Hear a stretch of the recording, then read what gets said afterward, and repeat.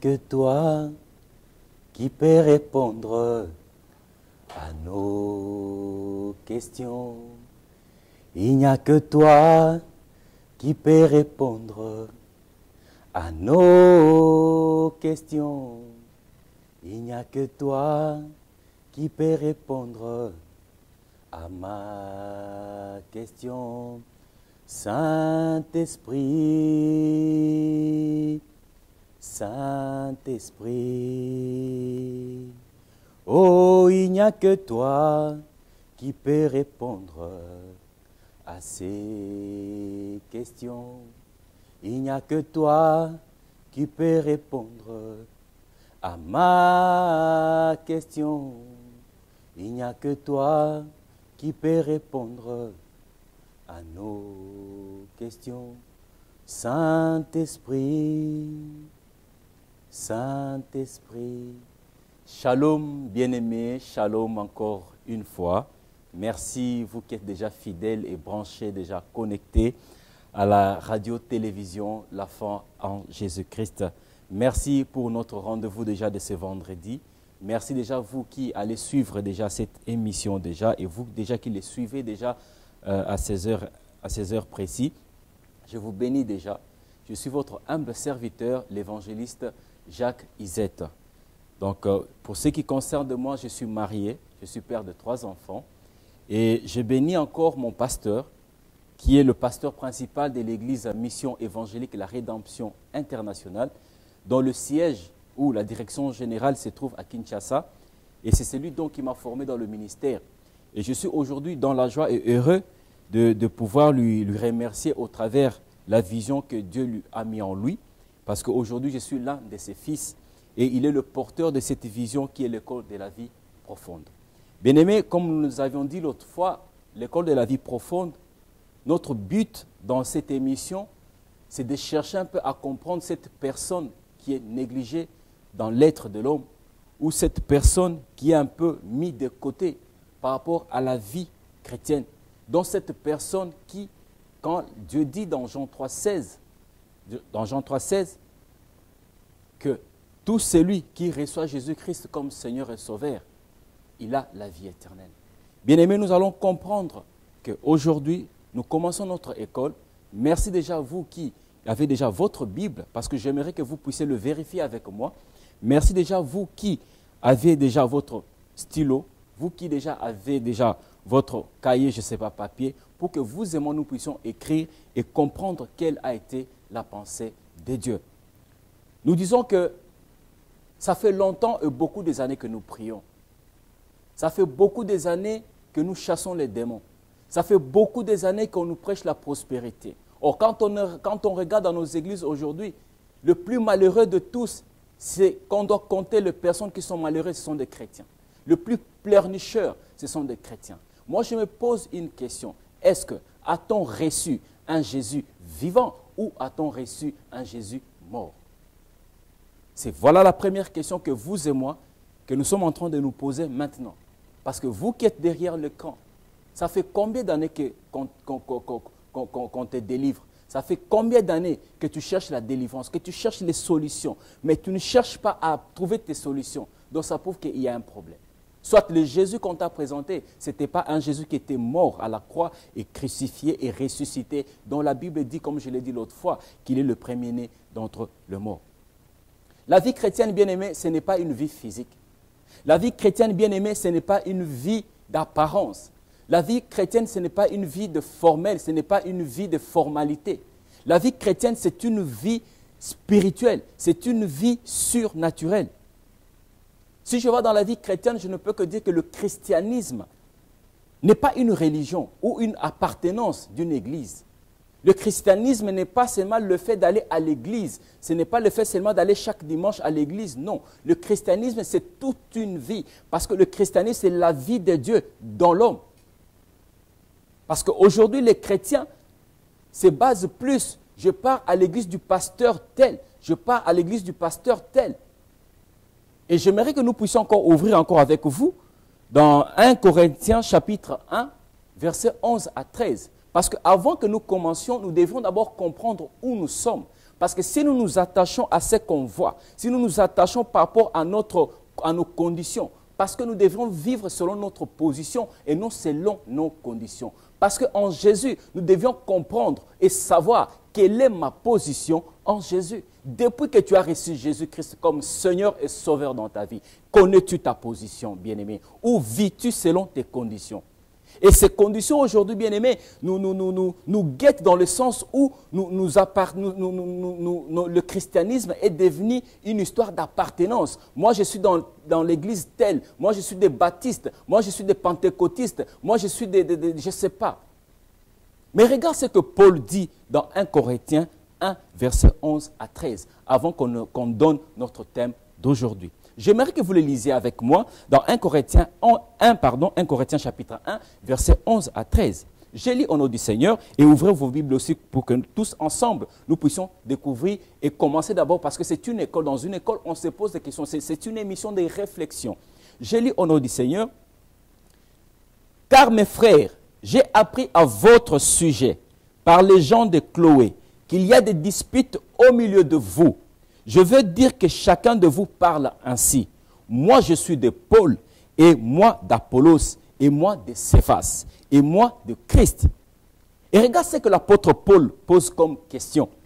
Christ est-il divisé? Paul a-t-il été crucifié pour vous? Ou est-ce au nom de Paul que vous avez été baptisés? Bien-aimés, étant d'abord chrétiens, nous devons comprendre que nous sommes des chrétiens. Nous devons comprendre que c'est la vie de Dieu. Quand nous sommes chrétiens, nous sommes disciples de Jésus-Christ. Nous ne sommes pas disciples ni d'un homme de Dieu, nous ne sommes pas disciples ni adeptes. Soit tu es dans la religion, soit tu es dans le christianisme. Parce que dans le christianisme, c'est la vie de Dieu. Dieu laisse sa vie, il vient habiter en toi. Toi qui es qui? Toi qui es l'homme. Nous devons éviter ce christianisme émotionnel, ce christianisme de sentiments. Parce que nous ne vivons plus selon nous, mais nous vivons par qui nous avions cru. Et ce que nous avions cru, c'est Jésus-Christ. Moi, je crie en Jésus-Christ, crucifié et ressuscité d'entre les morts. Regarde ce que Paul nous dit. Moi, je suis de Paul. Moi, je suis de tel pasteur. Moi, je suis de telle église. Moi, je suis de telle confession. Moi, je suis de tel, je suis de tel, je suis de tel. Mais Paul nous pose une question ici. Et cette question, on vous le pose, vous et moi. Christ est-il divisé? Paul a-t-il été crucifié pour vous? Est-ce au nom de Paul que vous aviez été baptisés? Ça, c'est juste l'introduction de notre réflexion de cette émission de ce matin, bien-aimés. Le christianisme, on doit éviter le christianisme émotionnel de 5 sens. C'est-à-dire qu'on ne cherche pas à comprendre quelle est la pensée de Dieu. Pose-toi d'abord la question, pourquoi est-ce que je suis sauvé? Pose-toi d'abord la question, pourquoi est-ce que Dieu m'a introduit sur la terre? Pose-toi d'abord la question, pourquoi est-ce que je prie? Parce que dans chaque chose que nous faisons, il faut qu'il y ait un gain. Bien-aimés, il est temps que nous puissions nous réveiller. Sinon, parce que ça fait longtemps qu'on nous prêche les démons, ça fait longtemps qu'on nous prêche la délivrance, ça fait longtemps qu'on nous prêche la prospérité. Aujourd'hui, nous parlons de choses et ces choses sont restées à la croix. Oh, moi je sais que Christ n'est plus à la croix, bien-aimé. Le christianisme, c'est toute une vie. Le christianisme, c'est la vie spirituelle, ce n'est pas la vie naturelle ou la vie d'apparence. Ce n'est pas la vie d'apparence. Je ne suis pas encore entré dans le vif du sujet. Ça, ce n'est que juste l'introduction de mon émission de ce soir. Nous prenons 1 Pierre 3, chapitre 3 à 4. Ça fait l'objectif et la vision de cette émission. Nous allons parler de cet être intérieur. Nous allons parler de cet être qui Dieu lui a doté tout, qui Dieu a mis sa divinité en lui. Nous ne parlons pas de cette apparence physique ni de ce corps charnel et physique, non. Parce que beaucoup de chrétiens aujourd'hui, moi je dis, le bénéfice que Dieu a donné à son Fils Jésus, aujourd'hui est devenu l'objectif dans nos églises. Parce que le salut est un menu complet, où on trouve tout. En Jésus, nous sommes pleinement acquis en Jésus-Christ. C'est comme quelqu'un quand il prend un médicament, mais ce médicament a plusieurs compositions chimiques. Vous n'allez pas me dire quand vous prenez un médicament, je prends par exemple un Dafalgan, que vous avez mal à la tête. Une fois que vous prenez un Dafalgan, déjà il y a une prescription dans le notice que le Dafalgan adoucit la douleur, la fièvre et tout. Mais vous n'allez pas me dire quand vous prenez un Dafalgan et ça va juste agir au mot de tête. Non, ça va vous traiter tout le long du corps. Et la vie chrétienne, c'est un processus. Tout dépend de ce qu'on te présente, tout dépend de ce qu'on te dit, parce que la Bible dit, la foi vient de ce qu'on entend. Si tout le jour, on te prêche les démons, si tout le jour, on te prêche la délivrance, si tout le jour, on te prêche les liens, bien aimé, tu vas comprendre qu'à un certain moment, tu vas commencer à te retrouver dans un case. Tu vas te retrouver dans un moment où tu te sens, c'est comme si réellement, parce que c'est une parole qui est proclamée, parce que la parole a un pouvoir. Regarde ce que le Saint-Esprit, dans cette école de la vie profonde avec le Saint-Esprit, regarde comment le Saint-Esprit est en train de nous interpeller par rapport à notre vie chrétienne.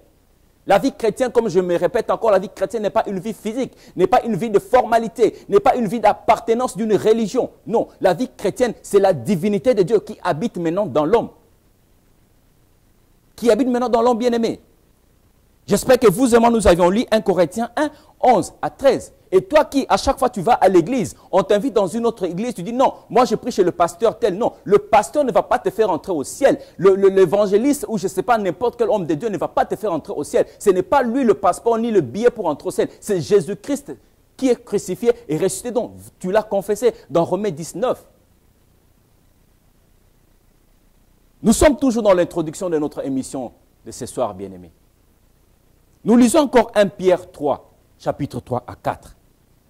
Nous lisons au nom de Jésus-Christ, 1 Pierre 3, chapitre 3 à 4. Je lis au nom du Seigneur.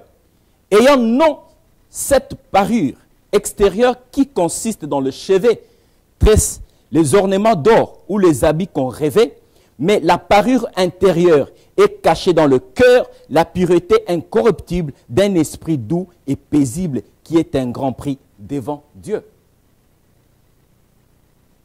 Ça, c'est 1 Pierre qui nous parle. 1 Pierre 3, chapitre 3 à 4. Je sais que vous écrivez, je sais que vous vérifiez aussi avec moi à la maison.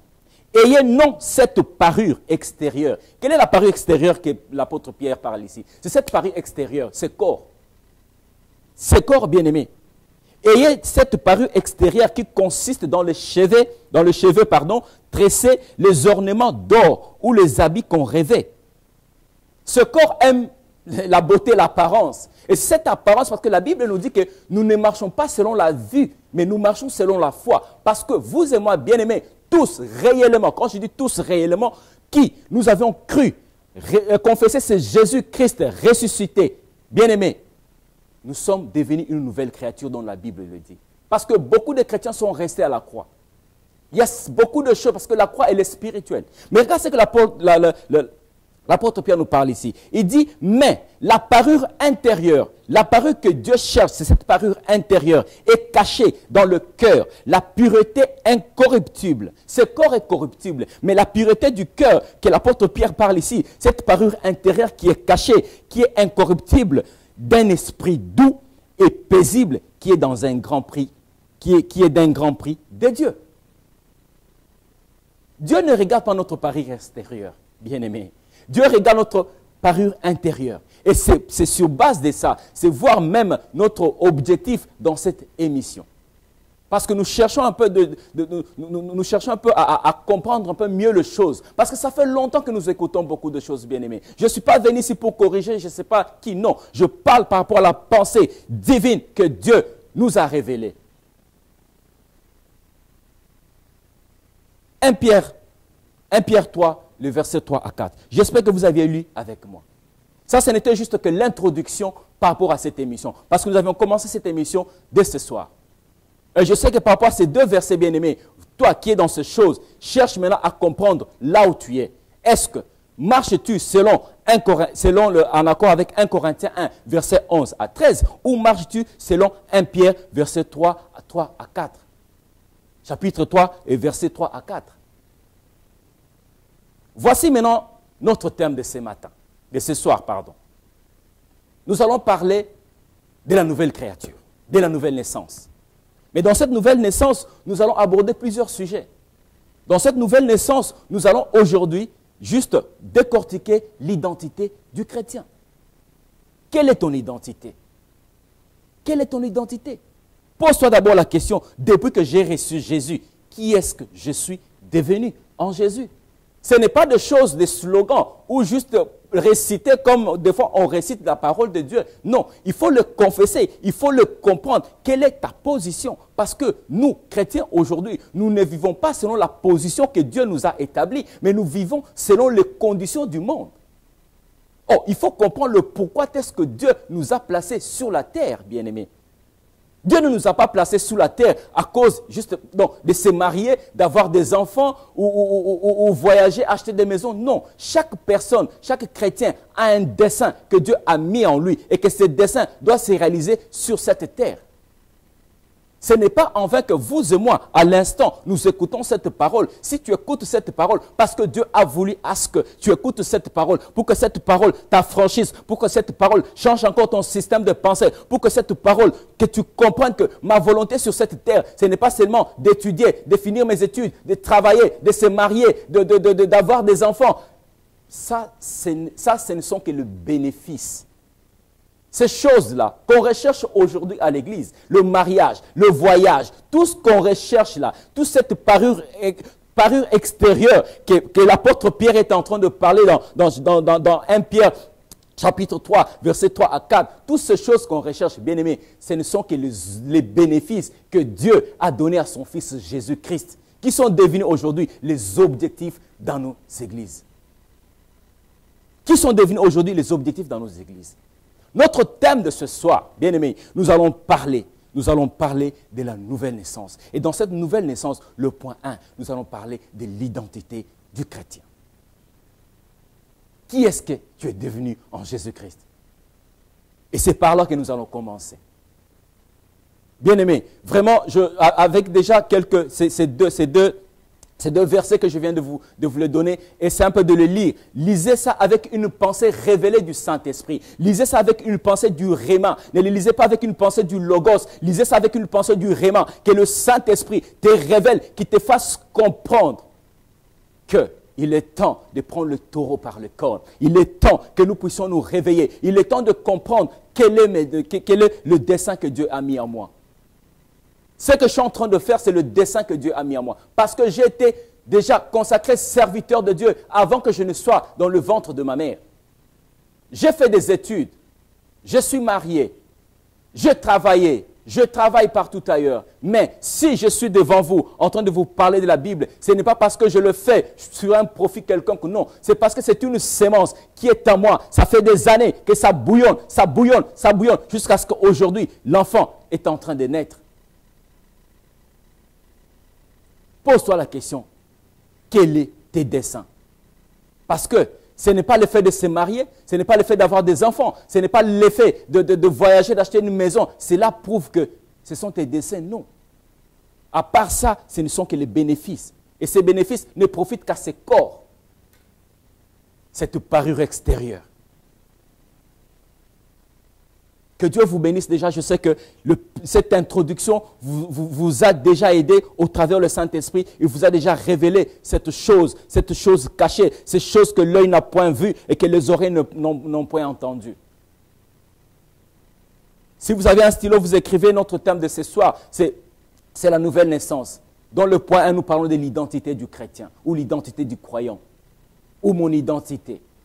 Ou pourquoi pas, qui est-ce que je suis devenu en Jésus-Christ si on doit traiter le problématique. Mais avant qu'on ne traite cela, nous allons commencer d'abord au début et au commencement. Nous lisons dans Genèse chapitre 1, verset 26. Genèse chapitre 1, verset 26, nous lisons au nom de Jésus-Christ.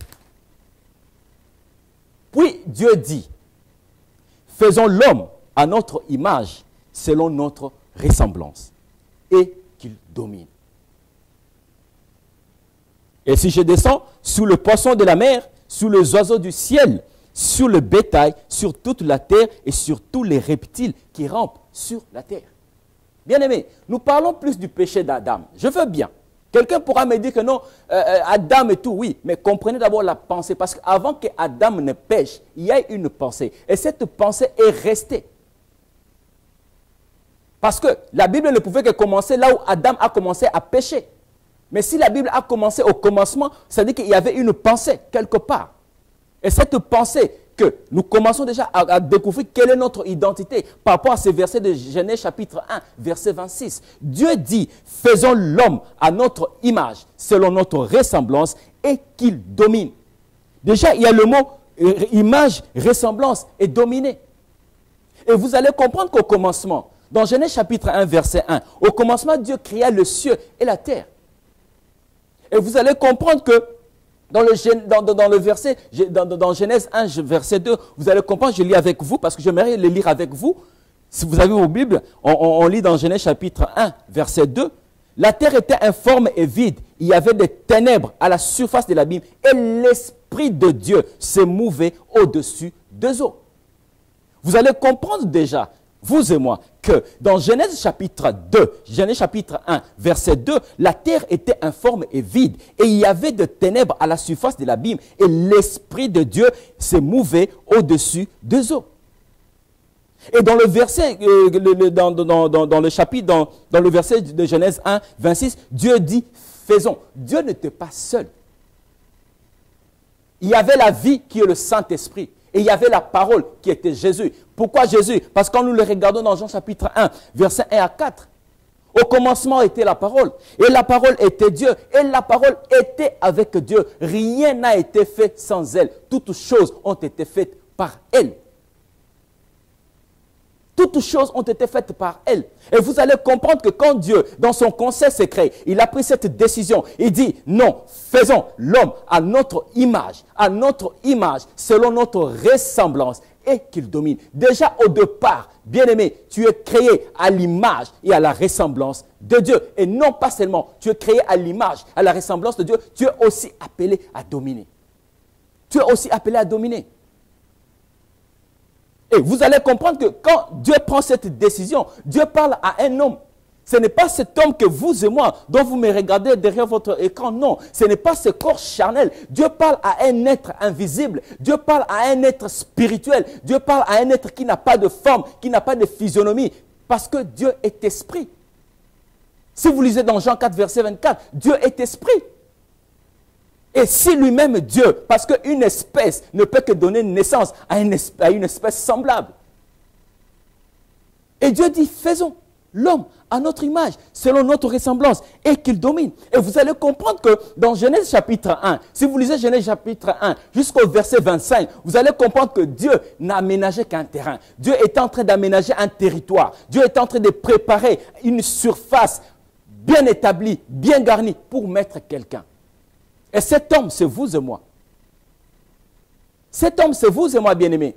Ce n'est pas cette parure extérieure que l'apôtre Pierre parle dans 1 Pierre 3 à 4, non. Mais cette parure intérieure, c'est ce que Dieu est en train de... C'est ce que Dieu parle ici dans Genèse chapitre 1, verset 26. Et dans Genèse chapitre 1, verset 26, Dieu a aménagé un terrain pour préparer cet être spécial qui porte son image et sa ressemblance et qui est appelé à dominer. Qui est appelé à dominer. Quelqu'un pourra dire, oui, Adam avait péché, il a tout perdu. Mais oui, Adam avait péché. Mais quelle est la partie d'Adam qui avait perdu la divinité? C'était cette partie de l'homme spirituel. Parce que si nous lisons dans 1 Thessaloniciens 5, 23, la Bible nous dit que le Dieu de paix vous sanctifie lui-même. Parce que c'est Dieu qui nous sanctifie. Parce que de nous-mêmes, si nous cherchons à nous sanctifier par nos propres efforts physiques et charnels, nous serons attirés par une loi. Cette loi de ce monde, c'est-à-dire tellement que nous sommes revêtus par ce corps charnel. Ce corps charnel s'adapte qu'à ce monde. Ce corps charnel s'adapte qu'à ses besoins de ce monde. Ce corps charnel s'adapte qu'aux choses de la terre. Et dans 1 Thessaloniciens 5, verset 23, la Bible nous dit que le Dieu de paix vous sanctifie lui-même. Il parle de l'esprit, l'âme et le corps. Et il dit, enfin que cela soit irrépréhensible. Dans d'autres versions, on nous parle que cela soit irréprochable lors de l'avènement de notre Seigneur Jésus-Christ. Donc, notre objectif de cette école de la vie profonde, nous allons parler des trois êtres et nous allons enseigner la Bible à la dimension à la lumière de la rédemption, nous allons parler de ces trois êtres. Pourquoi esprit, pourquoi âme et pourquoi corps? Parce que l'homme est tripartite. Ces trois choses ne forment qu'un seul homme. Mais maintenant, il faut comprendre quelle est la partie dont Dieu me parle. Quelle est la partie dont Dieu me parle? Quelle est la partie dont Dieu me parle? Parce que l'esprit de l'homme, c'est la partie qui interfère dans le domaine spirituel, dans les choses invisibles. Et pourquoi Dieu a doté à l'homme l'âme? Parce que l'âme, c'est la partie des décisions, c'est la partie émotionnelle, c'est la partie d'intellect. C'est quand la Bible que je lis maintenant, c'est au travers de mon intelligence. Et c'est cette partie aujourd'hui que, là j'anticipe un peu, c'est cette partie aujourd'hui que tellement qu'on ne cherche pas à comprendre pourquoi les trois êtres, nous confondons les choses. Et tant que nous confondons les choses, Dieu nous observe et la Bible dit, vous mourrez comme des hommes et vous mourrez comme des princes quelconques. Et Dieu dit, dans Genèse chapitre 1, verset 26, faisons l'homme à notre image, selon notre ressemblance, et qu'il domine. Après qu'il a pris cette décision dans son conseil secret, ils ont fait l'homme à leur image. Mais malgré que cela, Dieu a doté à cet homme le 5 mandats que nous aurons à développer ça ici. Dans Genèse 1, verset 28, j'aimerais que vous lisiez avec moi. Je n'aimerais pas le dire juste pour le dire, mais j'aimerais à ce que vous et moi, à la maison, là où vous êtes, que nous puissions le lire avec vous et ensemble. Parce que je peux citer ces versets juste par mon entendement intellectuel, mais j'aimerais dire exactement ce que la Bible dit. Voilà comment est-ce que Dieu a mis le dessein maintenant au travers de cet homme qui ressemble, qui porte son image et sa ressemblance et qui est appelé à dominer. Genèse chapitre 1, verset 28. Je lis au nom du Seigneur. Dieu le bénit et Dieu leur dit, soyez féconds, multipliez, remplissez la terre et assujettissez et dominez sous le poisson de la mer, sur les oiseaux du ciel et sur tout animal qui se meut sur la terre.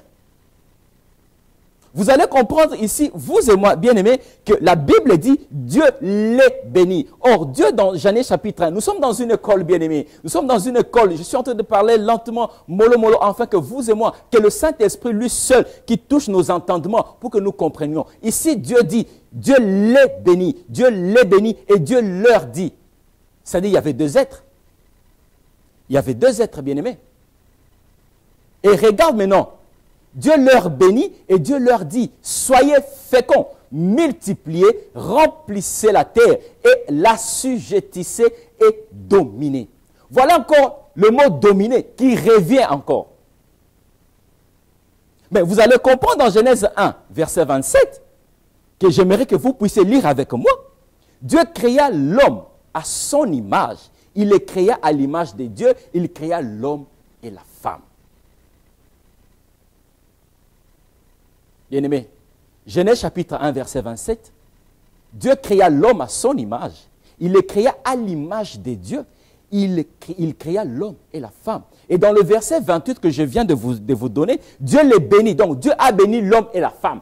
Spirituels, qui n'avaient pas encore de corps, qui n'avaient pas encore de chair, qui n'avaient pas encore porté ce corps charnel, bien-aimé. Parce que Dieu est esprit. Une espèce ne peut que donner naissance à une espèce semblable. Une lionne ne peut que donner naissance à un lionceau. Alors, si Dieu est esprit, à suffisance, déjà au départ, je suis esprit. Je suis esprit. Je sais que vous vous posez déjà des questions. Je vais en arriver. Le Saint-Esprit dit que vous vous posez déjà des questions. Je sais, on va en arriver. Dieu les bénit et Dieu leur dit, soyez féconds, multipliez, remplissez la terre et l'assujettissez et dominez. Ce n'est pas faire des enfants. Non. Ce n'est pas faire des enfants. Quand Dieu dit, soyez féconds, multipliez, remplissez, l'assujettissez, dominez, ce n'est pas faire des enfants. De la même façon, cette pensée déjà dans Genèse 1, 26, Dieu dit, faisons l'homme à notre image, sur notre ressemblance. C'était par rapport à cette pensée d'être fécond, de multiplier, de remplir et d'assujettir l'image, la ressemblance, la plénitude de Dieu sur cette terre. Sur cette terre. Et à l'instant quand Dieu crée cet homme, le diable, le Satan, était déjà dépêché, déchu déjà sur la terre. Parce que tant qu'on ne comprend pas le commencement de choses, bien aimés, nous allons toujours tourner en rond. Nous allons comprendre de là où nous sommes venus, de là où nous sommes sortis. Et vous comprenez ici que jusqu'à là, l'homme n'a pas encore porté ce corps charnel. Nous sommes en train de parler de la nouvelle naissance. Et dans le premier thème, nous parlons de l'identité du chrétien ou de l'identité du croyant. L'image et la ressemblance de Dieu, qu'il domine. Et dans le verset Genèse 1, 28, je me le répète encore, Dieu le bénit et Dieu leur dit, soyez féconds, multipliez, remplissez la terre et l'assujettissez et dominez sur le poisson de la mer, sur les oiseaux du ciel et sur tous les animaux qui se mettent sur la terre. Ça, ce sont les 5 mandats que nous allons en développer un jour ici, les 5 mandats de l'homme. Et toutes ces choses, voilà le dessein de Dieu que Dieu a mis dans cet homme qui est à sa ressemblance et à son image et qui est appelé à dominer. Mais vous allez comprendre avec moi, bien-aimés, que c'est après, dans le Genèse chapitre 2, verset 7, que Dieu créa maintenant cette enveloppe. Cette enveloppe que nous chérissons tant. Cette enveloppe que nous aimons tant. Cette enveloppe que des fois quand je vois, on donne gloire à la maison, mais on ne donne pas gloire à la fondation. Souvent, quand on passe, on va des maisons, on va des immeubles, on dit, ah, une belle maison. Mais nous oublions celui qui a fait la fondation. Parce que c'est cette fondation qui soutient cette maison. Quelle est ta fondation, bien-aimé? Ta fondation est basée sur les démons. Ta fondation est basée sur la délivrance. Ta fondation est basée sur quoi? Ta fondation doit être basée selon ta position. Parce que si tu te confies, si tu te bases sur ta position, bien-aimé, tu vas comprendre que les choses, ton entendement va commencer à changer. C'est vrai, les démons sont là. C'est vrai, le risque du diable sont là. Nous allons parler ici le pourquoi est-ce que le diable te combat. Je ne suis pas contre pour ceux-là qui prêchent les démons. Je ne suis pas contre pour ceux-là qui parlent de la délivrance. Mais avant que nous parlons de ces choses, bien aimés, nous allons comprendre d'abord notre position et notre origine. Ici, je ne parle pas de l'origine du péché. Je parle de notre origine, de notre véritable identité. Et vous allez comprendre que c'est dans Genèse chapitre 2, verset 7, que Dieu se décida. J'aimerais que vous lisiez avec moi. Genèse chapitre 2, verset 7. Je lis au nom du Seigneur. L'Éternel Dieu forma l'homme de la poussière de la terre. Il souffla dans ses narines un souffle de vie et l'homme devint un être vivant. L'Éternel Dieu forma, il a formé. Et dans Genèse chapitre 1, verset 26, il a dit faisons. Ah, que Dieu vous bénisse déjà, je crois que vous comprenez déjà quelque chose. Je sais que ces choses, il n'y a que le Saint-Esprit qui ne peut que vous faire comprendre. Ce n'est pas moi, c'est le Saint-Esprit. Dieu dit, l'Éternel Dieu forma l'homme. Il a formé l'homme. De la poussière de la terre, il souffla dans ses narines. Le souffle que Dieu a soufflé dans les narines, ce n'était que sa divinité. Cette présence de Genèse chapitre 1, verset 26, dont Dieu dit, faisons l'homme, l'image, la ressemblance est dominée. C'est ce souffle de vie. Et le 5 mandat, soyez féconds, multipliés de Genèse 1, 28, c'était ce souffle-là que Dieu a mis dans cette masse de boue de terre que nous chérissons tant. Bien aimé, la Bible dit, nous vivons dans ce monde, mais nous ne sommes pas de ce monde. Parce que le christianisme, c'est la vie de Dieu qui habite maintenant dans l'homme. C'est la plénitude du Saint-Esprit qui habite maintenant dans l'homme. Alors, si, bien aimé, nous sommes en train de nous affectionner par des choses de la terre, nous allons tourner en rond et nous allons louper notre bénédiction. Et nous n'allons même pas comprendre quel est notre dessein, quel est l'objectif principal que Dieu nous a appelé, quel est l'idéal que Dieu m'a mis sur la terre. Vraiment, bien-aimé, je vous laisse comprendre cela. On va parler du chute d'Adam. Parce que malgré qu'Adam a péché, il y a eu une porte qui s'est fermée, il y a eu une autre porte qui s'est ouverte. Mais nous sommes dans notre thème, la nouvelle naissance, dont le premier thème, le premier point, c'est l'identité du croyant, l'identité d'un chrétien. Nous avions parlé de Genèse 1, chapitre 26.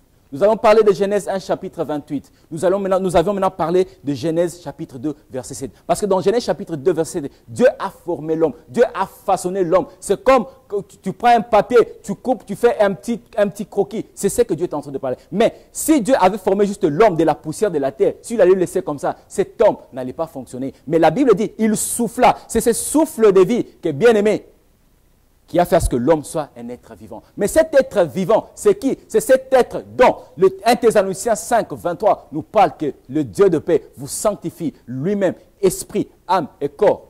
Afin que vous soyez irrépréhensibles. Dans notre version, irréprochables lors de l'avènement de notre Seigneur Jésus-Christ. Nous allons décortiquer ces trois parties. Nous allons parler le pourquoi est-ce que Adam a péché. Nous allons parler le pourquoi est-ce que Dieu cherchait par tous les moyens à ramener l'homme à la position initiale qu'avaient Adam et Ève dans le jardin d'Éden. Mais je m'en vais déjà vous dire ceci, bien-aimés. Suivez-nous chaque vendredi à 21h. Chaque vendredi à 21h, bien-aimés. Aujourd'hui, ce n'était que juste l'introduction. Nous allons encore approfondir encore prochainement. Ce n'était que l'introduction, bien-aimés. Suivez-nous sur cette chaîne, soyez branchés, connectés sur la radio, télévision, la foi en Jésus-Christ. Si vous pouvez nous contacter, appelez-nous sur le 0, pour ceux qui sont à l'étranger, 0032 466 16 74 83. Et vous allez voir que notre numéro de téléphone va apparaître au bas de vos écrans. Que Dieu vous bénisse déjà, bien-aimés. Déjà avec cette introduction, ce n'est que l'introduction. Nous aurons à parler beaucoup de choses. Et vous allez comprendre que vous et moi, la vie que nous menons, cette vie chrétienne, ce n'est pas la vie chrétienne dont chaque jour nous partons à l'église. Ça devient comme une formalité. Non, la vie chrétienne, c'est une vie de Dieu qui habite dans l'homme au travers de Jésus-Christ. Et si nous comprenons ces choses, quelle est ma partie qui est sauvée? Bien aimé, nous allons comprendre que c'est vrai, même si tu peux voir les liens, le diable, tu connais déjà ta position. Parce qu'au départ, vis déjà selon ta position. Si tu cherches à vivre selon les conditions, et ces conditions vont te rattraper, et tu vas commencer rien qu'à tourner en rond. Que Dieu vous bénisse.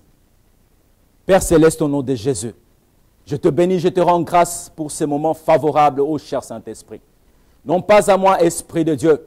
Je sais que ces choses ne sont pas venues d'un entendement humain éternel, mais ces choses sont venues par ton entendement, ô Dieu Tout-Puissant. Cher Saint-Esprit, moi je fais que ma part, mais il n'y a que toi seul qui reste, qui ne peut que faire ta part aussi. Convainc le cœur de gens, convainc le cœur de gens, afin que toi seul puisses encore le faire comprendre que les objectifs que nous poursuivons à l'Église, ce n'est pas ça notre origine. Car le bénéfice que tu as donné à ton Fils Jésus-Christ, ce ne sont que les objectifs qu'aujourd'hui nous poursuivons à l'Église. Nous devions poursuivre le bénéfice par ton Seigneur Jésus-Christ. Il n'y a que toi qui peut guérir en ces moments. Il n'y a que toi qui peut guérir en ces moments. Que Dieu vous bénisse. À la prochaine, le vendredi à 21h.